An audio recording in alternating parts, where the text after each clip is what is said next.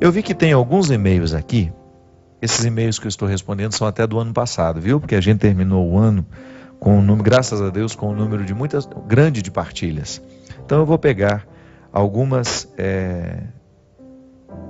partilhas que foram feitas no ano passado, porque são histórias importantes. Deus ajude até que essas pessoas não estejam passando essas situações, né? Se foram enviadas no final do ano, mas pode ser que ainda estejam na mesma realidade. Padre Fábio, essa pessoa não quer se identificar. Ela diz assim: minha namorada é católica e é por ela que eu escrevo. Tenho dúvidas a respeito do segundo casamento. Ela já foi casada, mas comprovadamente, padre, o seu marido a traiu. Por esse e outros motivos, eles se separaram. Após um tempo, eu apareci em sua vida. Padre, tenho confiança de que ela é o amor da minha vida. Sou muito apaixonado por ela, mas ela tem resistências. Diz que tem medo de não estar fazendo o que Deus quer ao separar e ter essa nova relação. Eu quero muito, padre, casar-me com ela, ter uma família. Eu nunca fui casado e ela se casou na igreja. Deus prefere que ela continue vivendo uma vida triste, mas com o marido que casou pela primeira vez, ou que ela viva uma vida feliz? Mesmo que esse feliz seja ser no primeiro casamento, seja sem ser no primeiro casamento.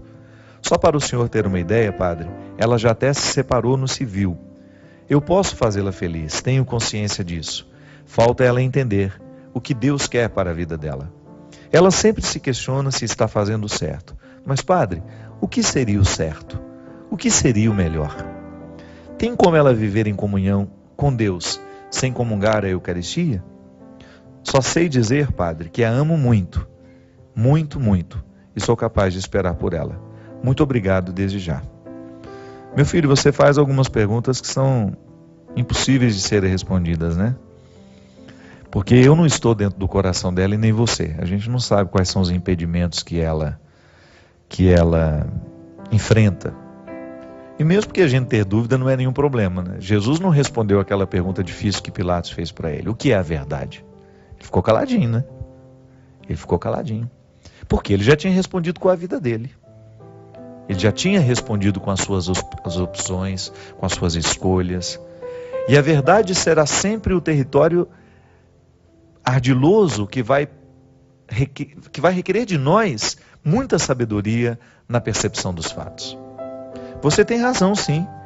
É muito triste a gente ver pessoas amarradas em relacionamentos onde não existe amor, só porque houve uma oficialização de um relacionamento ali perante o padre. Mas a igreja é muito sábia ao reconhecer que nem sempre aqueles casamentos que a gente acha que aconteceram de fato. Por isso que ela tem proporcionado aos fiéis cada vez mais a oportunidade de ter pessoas capacitadas do ponto de vista jurídico, eclesiástico, né? Porque nós precisamos fazer uma distinção. Da mesma maneira como a sociedade tem o seu tribunal, a igreja também tem o seu.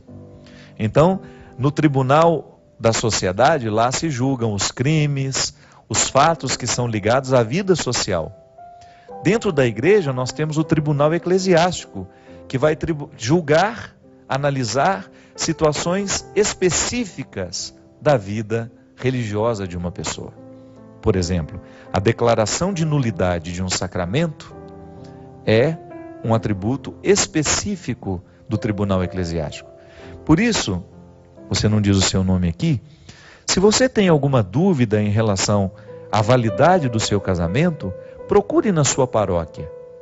Quem é o padre responsável, ou o advogado, né, eclesiástico, digamos assim, que poderia conversar com você para que você tenha condições de entender se o seu sacramento houve ou não. Porque existem muitas pessoas que alimentam este sofrimento psíquico, que isso aqui é um sofrimento psíquico. A menina tem a consciência do valor do sacramento e ela não quer estabelecer um segundo relacionamento, embora ela tenha o direito de estabelecer, porque ela vai deixar de comungar, mas ela não é expulsa da igreja. Tantas pessoas de segunda união, o que precisa haver é uma consciência de que esse primeiro casamento realmente não existiu, não aconteceu, não existe amor, não existe vínculo, eu estou infeliz. não tenho filhos, quero ter o direito de recomeçar a minha vida. A igreja nunca vai lhe proibir de fazer isso. Para isso ela vai lhe dar todos os conselhos necessários, né, para que você possa aliviar um pouco desse sofrimento psíquico, que eu volto a dizer, é um sofrimento que realmente perturba uma pessoa que quer e deseja ser fiel à igreja. Mas por outro lado, você tem o direito de esclarecer isso e livrar-se de repente desse sofrimento. Porque eu particularmente penso que onde não existe felicidade, ali não existe amor. Quando é que você percebe que vale a pena lutar pela relação? Muito embora aqui já até tenha tido um divórcio civil, né? Já se separou na vida civil. Quando é que você deve lutar pelo casamento? Quando você sente que ama. Apesar de todos os erros do outro, você continua amando. E você sabe que esse amor é o valor máximo que você precisa para insistir naquele relacionamento. Agora, minha filha, se você sabe que o outro não te ama e que você também não ama, busque reorientar o seu coração diante de Deus para que você tenha o direito de refazer a sua vida. Busque uma direção espiritual de alguém que possa lhe ouvir de maneira mais próxima. Aqui no programa a gente tem o limite de não poder ouvir o outro lado. Porque às vezes tantas pessoas eu encontrei muito conflituadas, esse conflito se desfaz no momento que a gente conversa. Sobretudo quando a gente descobre que Deus nos ama tanto, que é capaz de compreender o nosso coração e os conflitos que nos visitam, não é?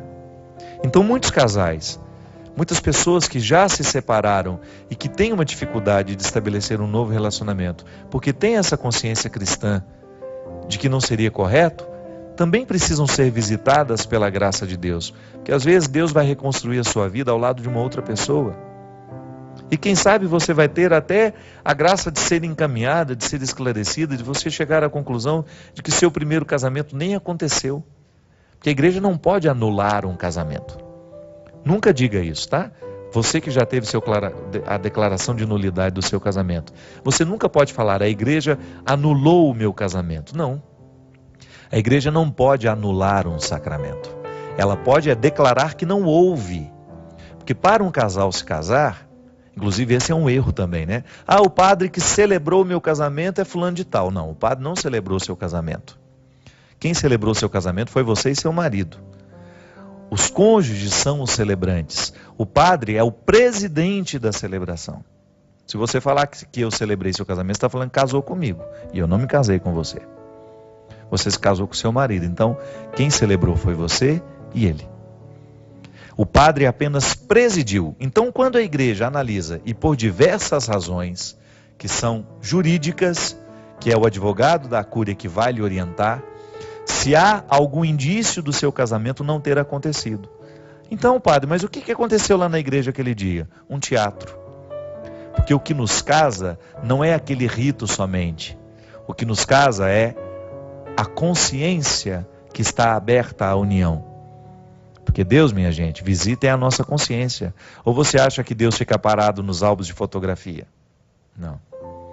Deus não para nos estereótipos. Então o padre pode estar lá muito bem intencionado, presidindo uma celebração de um casal que não está se casando. Porque existem no coração daqueles que estão se casando, elementos que deixam o sacramento nulo. Então o casamento não houve. O que houve como se tivesse sido um ensaio dentro da igreja. Um teatro dentro da igreja, onde a gente participou, você trocou de roupa, foi lá, deu presente, e o casamento não houve. Então todo casamento que a igreja declara que foi nulo, não é que ela está anulando, é que ela está declarando que aquele sacramento nunca existiu. Por quê? Porque o casal não se casou. Pode ser que tenha havido apenas uma aceitação do sacramento de uma das partes. Digamos que você foi a esposa, você se preparou bem para o casamento, você tinha toda a consciência do que você estava celebrando e seu noivo não estava nem aí para aquilo que estava acontecendo. Então, infelizmente, o casamento não acontece de um lado só. É por isso que a gente insiste no curso de noivos. É por isso que a gente insiste na maturidade do namoro. Para que quando você decidir que vai se casar, você tenha consciência de tudo o que significa o seu casamento. Então, por exemplo, você se casou com uma pessoa e aos poucos você descobriu que ela tinha um desvio de personalidade que você nunca notou durante o tempo de namoro. Isso a igreja declara que o casamento não houve, porque, usando a linguagem jurídica, houve um erro de pessoa. Acho que é isso mesmo que no processo é colocado. Houve um erro de pessoa. Eu achei, durante todo o tempo do nosso namoro, nós namoramos 2, 3 anos, e o meu marido escondeu esse aspecto da personalidade dele, que prejudica demais o nosso relacionamento como casados. Pronto. É por isso que o namoro é um tempo de aprendizado. É um tempo de conhecimento. Namoro, minha gente, é uma época que tem que ter a oportunidade constante de término. Namoro pode terminar a qualquer hora. Por quê? Porque ali você está numa convivência mais próxima, identificando os aspectos da personalidade do seu marido, do seu futuro marido, para você saber se você quer aquilo para você. O homem, ao namorar uma moça, ele está observando todas as dimensões, se ela quer ter filho, se ela tem paciência com criança, porque isso também é um fator para declarar nulidade. Quando você casa, você descobre que a sua esposa era estéril e ela sabia e nunca lhe disse isso. E você casou querendo ter filho. Você casou enganado. Tá vendo? É um erro. O outro não tem o direito de ocultar. Tudo isso são elementos que fazem com que o namoro seja um tempo frutuoso. Então, ao namorar, você vai percebendo se aquela pessoa com quem você está se relacionando pode ser a sua esposa, pode ser o seu esposo. Por isso que a gente tem que dar tempo, o namoro tem que ser um tempo de conhecimento, para você conhecer a família dela, para você conhecer o jeito dela ser. É claro que sempre vai ter uma preservação de um mistério, mas não pode ser a coluna vertebral daquele temperamento, sabe? Entende? Você vai conhecer detalhes da pessoa depois que casa, na convivência. Mas o estrutural, aquilo que faz a pessoa ser quem ela é, você tem que conhecer durante o tempo do namoro. Não podemos nos casar enganados, senão o casamento não existiu. E não adianta o padre ter dado a bênção. A bênção que sacramenta uma união é aquela que acontece no íntimo dos corações, quando as pessoas sabem quem elas estão recebendo em matrimônio. Então, por isso que nunca é tarde para a gente colocar essa consciência em nós. E você que tem filhos, já vai orientando o seu filho, a sua filha assim: se quer fazer um casamento cristão, que faça do jeito certo. Se quer fazer um casamento católico, que faça da maneira correta. É por isso que em muitas dioceses, os bispos não aceitam, e com razão, casamentos fora da igreja, casamento no sítio, casamento ali, casamento ali. Por quê? Porque casamento não é teatro. É uma manifestação pública do amor que a gente tem um pelo outro e da comunidade que nos recebe. Você já vê a seriedade do casamento no momento em que eles organizam tudo isso. Na própria consciência que a noiva, que o noivo tem. Claro, existem lugares que o bispo permite, não tem nenhum problema. Se o bispo permite, se é possível que essa cerimônia seja feita ao ar livre, na casa de uma pessoa, não é nenhum problema não. Eu não sou contra isso. Eu sou contra quando é aquela situação em que a pessoa não tem a mínima compreensão do significado do matrimônio e ela está só preocupada na festa que ela vai fazer, nos convidados que ela vai receber, no vestido que ela vai vestir, nas flores que enfeitarão. Não. Não é isso casamento. Casamento você pode casar numa capelinha sem ninguém presente, só você, o padre, sua mãe, seu pai, alguns amigos. E se aquilo for de fato uma união de duas almas, é a cerimônia mais bonita que um casal pode realizar. A cerimônia mais bonita de casamento que você pode realizar é quando as suas almas estão preparadas para essa união. Aí sim o casamento é bonito, o casamento é válido. Padre, sou católico, há muito tempo não vou à igreja. Eu estou escrevendo porque estou muito angustiado. Eu moro com um rapaz há 5 anos, mas esse tempo todo que estamos juntos, nunca senti-me amada por ele. Gosto muito dele, mas temos opiniões diferentes, temos gostos diferentes. Enfim, não sou feliz ao lado dele e me pego na maioria das vezes reclamando, pensando no quanto eu seria feliz estando solteira. Penso muito em me separar, padre, mas ao mesmo tempo vem um sentimento estranho de que não posso deixá-lo. Quando começo a pensar na nossa separação, vejo o quanto ele depende de mim e, na verdade, sinto pena em deixá-lo. Fico com aquele sentimento de que ele não vai saber viver sozinho, mesmo porque nossos parentes moram no norte de Minas e nós moramos no interior de São Paulo. Enfim, quero me separar, mas ao mesmo tempo não quero magoá-lo. Eu não estou feliz, padre. Me ajuda, não sei o que fazer. Minha filha, você não é casada com ele, você só mora com ele. Se você identifica que você está ao lado dele somente por pena, por dó, isso é muito pouco, né? Eu acho que ele merece uma pessoa que o ame de verdade.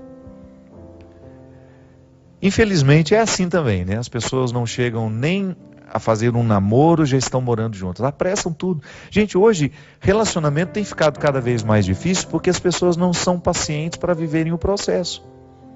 Então 2 meses de namoro já estão dormindo na casa do outro, já estão praticamente tendo uma vida de marido e mulher. Não dá tempo nem de sentir o mal-estar, né? Que nos dá o direito de separar. Volto a dizer, o namoro é o tempo onde você experimenta o bem-estar e o mal-estar de estar ao lado daquela pessoa. Você se casa quando você percebe que o bem-estar é superior ao pequeno mal-estar que às vezes você tem. Mas tem gente que não. Já junta e em 2 meses, 3 meses já tá tendo uma vida de marido e mulher e depois vivem esses conflitos aqui. Pensa 2 vezes antes de entrar na mesma casa que uma pessoa. Para você depois não ter esse desconforto maior. Porque quando nós não somos responsáveis com os vínculos que a gente estabelece, quando a gente se ajunta de qualquer maneira, a gente também corre o risco de depois terminar de qualquer maneira, o que pode ser muito desastroso para o outro. A gente precisa zelar muito pelo nosso coração. Interessante como nós temos ficado tão negligentes, né, com os nossos sentimentos, com aquilo que se passa na nossa vida íntima. Não pode não.